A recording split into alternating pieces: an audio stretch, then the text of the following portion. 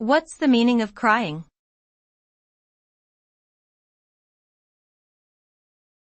Crying.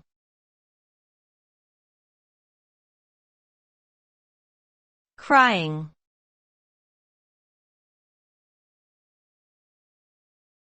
Crying.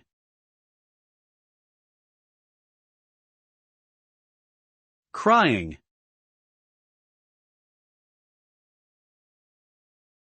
Crying is a natural process of shedding tears, typically in response to emotional or physical pain. It can also be a way for infants to communicate their needs and discomfort. Crying can lead to physical changes such as red and swollen eyes, runny nose, and increased heart rate.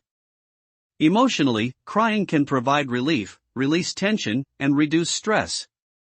However, excessive crying or crying without apparent cause may indicate underlying medical or emotional issues that require attention. Overall, crying is a complex physiological and emotional response with various meanings and implications.